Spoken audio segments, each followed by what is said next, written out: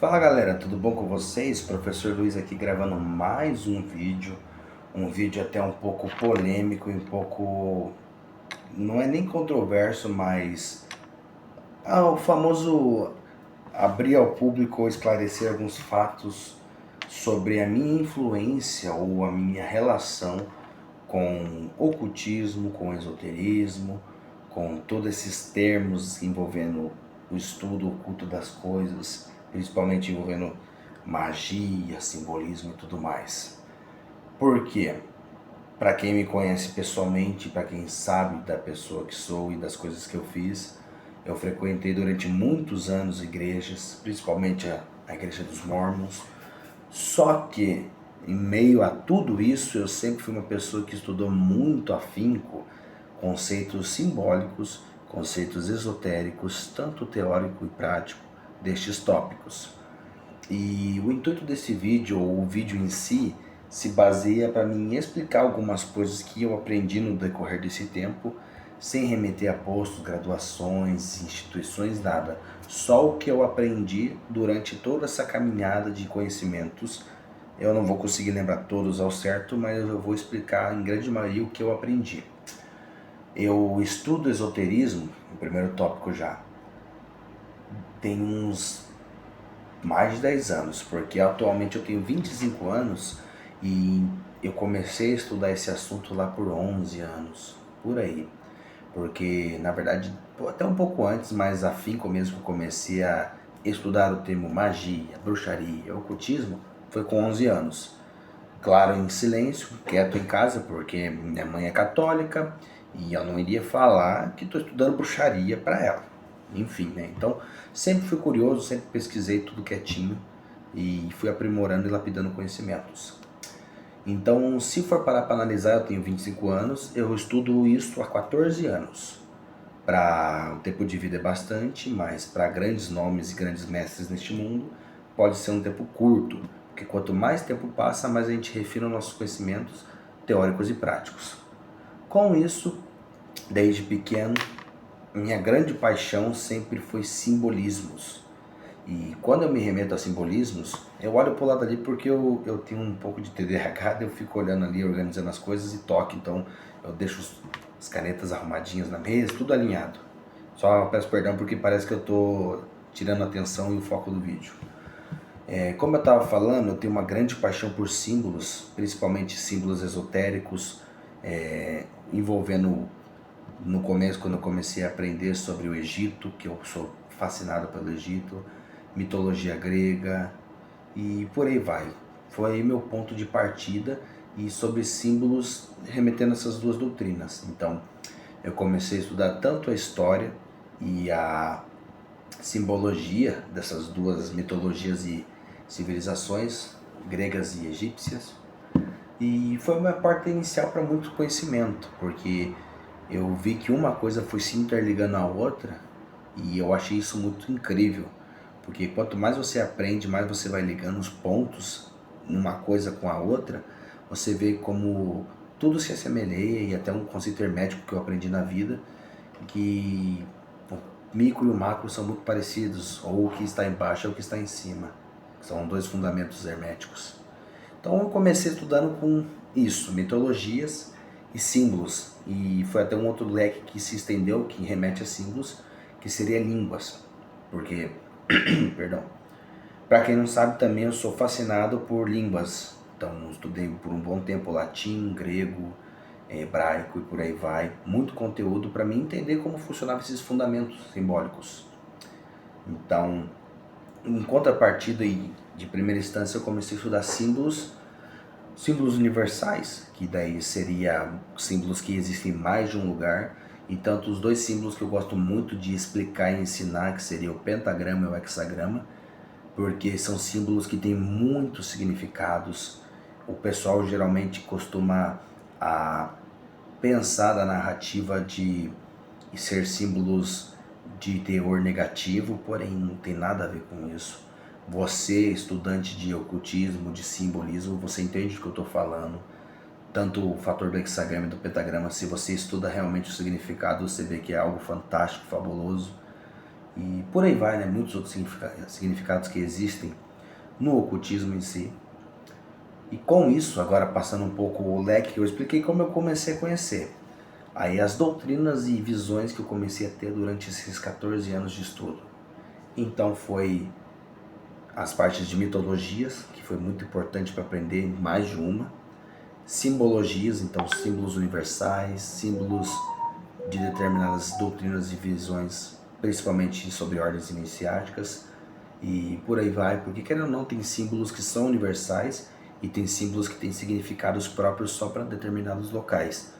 Um exemplo disso é o esquadro de compasso na maçonaria, a rosa e a cruz na ordem Rosa Cruz, e por aí vai. São símbolos que são focados e voltados para aquela instituição em si. Já falando sobre essas partes de simbolismos, a gente junta com a língua, que eu falei, linguística, então muito analisando fatores de língua, comparativos, porque querendo ou não, até o estudo da língua ou das línguas e símbolos se junta muito com a história, principalmente quando a gente vai aprender o conceito da fonética, o significado das palavras. Juntando e analisando, você percebe a semelhança do grego com o latim, com o espanhol, com o italiano, com o francês. Você começa a entender e contextualizar e, o mais importante, raciocinar como surgiu essas coisas, que é uma coisa muito importante fora do ocultismo e dentro. Com isso, eu aprendi, como eu falei, mitologia, simbologia, linguística, fui aprendendo sobre hermetismo, sobre cabala, sobre doutrinas e religiões, independente da religião. Então eu aprendi muito sobre budismo, hinduísmo, taoísmo, sobre o cristianismo em si, porque muita gente que é cristão ou se diz cristão não sabe nada sobre religião ou sobre a própria doutrina que se ensina e que se vive. Então tudo isso eu fui aprendendo e constituindo uma visão sobre este assunto. E no decorrer dos anos fui lapidando e aprendendo mais coisas sobre esse tópico tão importante. Então, com o tempo eu fui entendendo e aprendendo, juntando com os símbolos em si, que nem vou dar o exemplo que eu estava falando, o hexagrama, que para uns é a estrela de Davi, para outros é o selo de Salomão. E juntando até com a parte bíblica do Salomão, a gente aprende sobre um tópico muito importante no esoterismo, para quem estuda mais a fundo, que é sobre a quinta clavícula de Salomão, ou mais mundialmente conhecido como Ars Goetia, ou Goetia.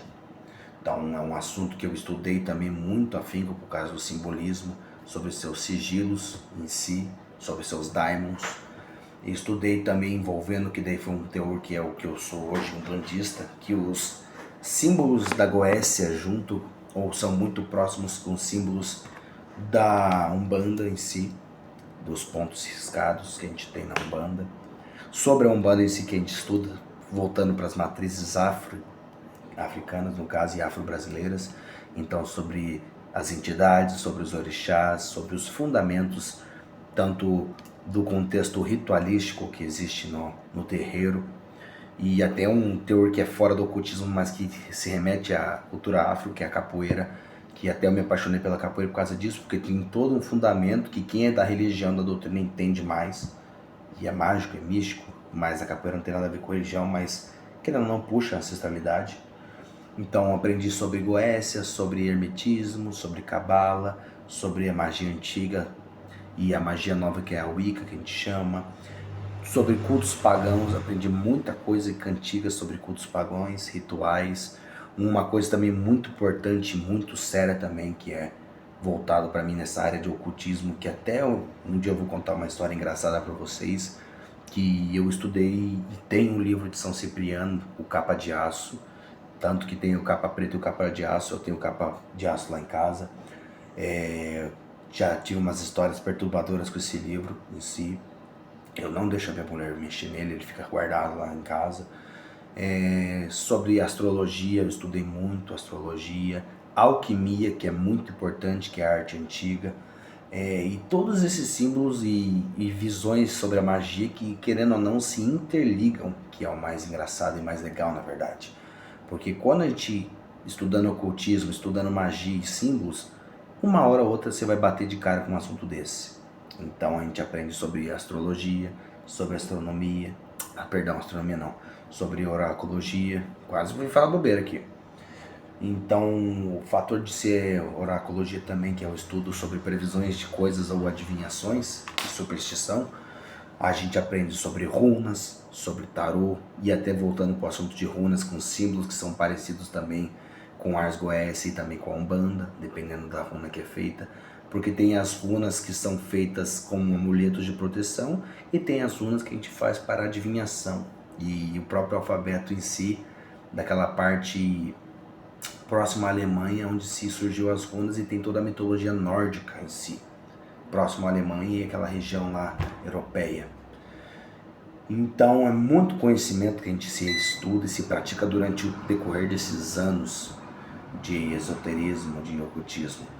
E continuando o termo oráculo, que o termo oráculo é uma pessoa que olha, o oráculo vem de olho, óculos, olhar, visualizar, ver. Então você vê algo que está para acontecer, ou você tenta ver ou adivinhar. Com isso, estudei muito sobre tarô também, que eu sou apaixonado pela simbologia do tarô. Eu sei fazer leitura de cartas, porém é uma coisa que eu não gosto no meu particular de fazer, porque eu não me sinto digno de querer falar o futuro de alguém e determinar para aquela pessoa que ela vai fazer isso ou aquilo por causa das palavras minhas. Neste teor eu acho muito complicado você falar, não, faz isso, faz aquilo, porque está dizendo aqui, entende? Mas eu estudei muito, gosto da simbologia dos arcanos maiores e menores, tanto que até eu expliquei para minha mulher que os arcanos maiores e os menores, um é o baralho normal do dia a dia que a gente usa, só que, né, explicando todo o conceito esotérico tem os significados em si, e os arcanos maiores são as cartas que têm os símbolos específicos, que seria a carta do mago, a carta do eremita, a carta da morte, a carta enfim, todas as cartas que tem. Então, tem todo um contexto simbólico, de coloração, de gestos, que daí uma coisa vai ligando para outra. E até uma coisa muito incrível que eu expliquei para minha mulher no decorrer desses anos de estudos, porque a própria interpretação das cartas de tarô, e também tem o Lenormand, que seria as cartas ciganas, só que eu não gosto muito delas, mas o tarô em si, quanto mais você estuda e aprende sobre ocultismo, sobre magia, sobre símbolos, a sua interpretação nas cartas, o seu contexto, sua bagagem, digamos assim, melhora. Porque, vou dar um exemplo, a carta do eremita, ele segurando um candeeiro, um caduceu com uma mão e com a outra, então ele está com um cajado na mão, uma bengala, um caduceu, e com um candeeiro na mão, com aquela roupa, com aquela egrégora lá, que é até um assunto que a gente estuda muito sobre egrégora, sobre energia. A gente visualizando, entendendo o contexto ou a simbologia, a gente percebe os fatores de sinais e símbolos que vão dar significado à própria carta em si. O significado mais específico da carta do eremita é o mago, uma pessoa que adquiriu a sabedoria no decorrer de sua vida, por ser uma pessoa velha que está lá na imagem segurando uma bengala, um cajado, que mostra que ele já está numa certa idade, com aquela barba, com aquela roupa de um senhor que tem uma certa autoridade mística, e com uma lamparina, um candeeiro na sua frente, iluminando o seu próprio caminho. Então ele é o homem sábio que adquiriu uma experiência, uma maturidade, uma maestria nas coisas no decorrer da vida, que com isso ele agora guia seu próprio caminho. Então ele é o guiador do seu próprio caminho. Então a carta, no contexto simbólico, também tem remetendo à coloração, a tudo mais dentro da carta, tem alguns desses significados. Na carta pode dizer caminho, pode significar abertura de caminhos, destino e por aí vai, na leitura se a gente for fazer, mas esse é um dos conceitos que tem, porque eu falei, leitura de cartas é muito o que você aprende, o quanto você interpreta e quanto você sabe sobre aquelas coisas. Então, nunca, eu falo, nunca é uma resposta única, porque às vezes eu leio, eu vejo as cartas para mim, para uma outra pessoa pode ter um significado totalmente diferente. E uma coisa muito importante também, que esses dias eu até conversei com o meu irmão de santo, Jeová, ele estava me perguntando sobre símbolos, eu falei, tudo depende. Por quê? Contexto, origem do símbolo, significado, direção que está apontando o símbolo, então tudo isso vai fazer diferença. E como eu estava falando naquela hora sobre egrégora e sobre lei da atração, ia entrar no termo lei da atração, porque a gente estuda muito sobre lei da atração, arquétipos, que é muito importante, que nem eu estava falando do eremita. O eremita, querendo ou não, é um arquétipo, é uma essência já impregnada naquela imagem e acabou. Então tem o arquétipo do eremita, do cavaleiro, do cavalo, do mago, digamos assim, e por aí vai. Então são arquétipos que são essências já pré-organizadas naquele tema em específico. Então todos esses assuntos eu já estudei na minha vida. O simbolismo de ordens iniciáticas também, que eu não entrei nesse tópico também, porque eu não gosto de falar em específico assim de ordens iniciáticas. Eu gosto de ensinar os símbolos, mas explicar não gosto em si, porque eu tenho muito respeito pelo que é passado e que é ensinado, que é mantido. Então, aprendi muita coisa sobre simbolismo maçônico, simbolismo Rosa Cruz, sobre a OTO e muitas outras coisas que eu aprendo e já aprendi. Então, ordens iniciáticas também eu estudo muito.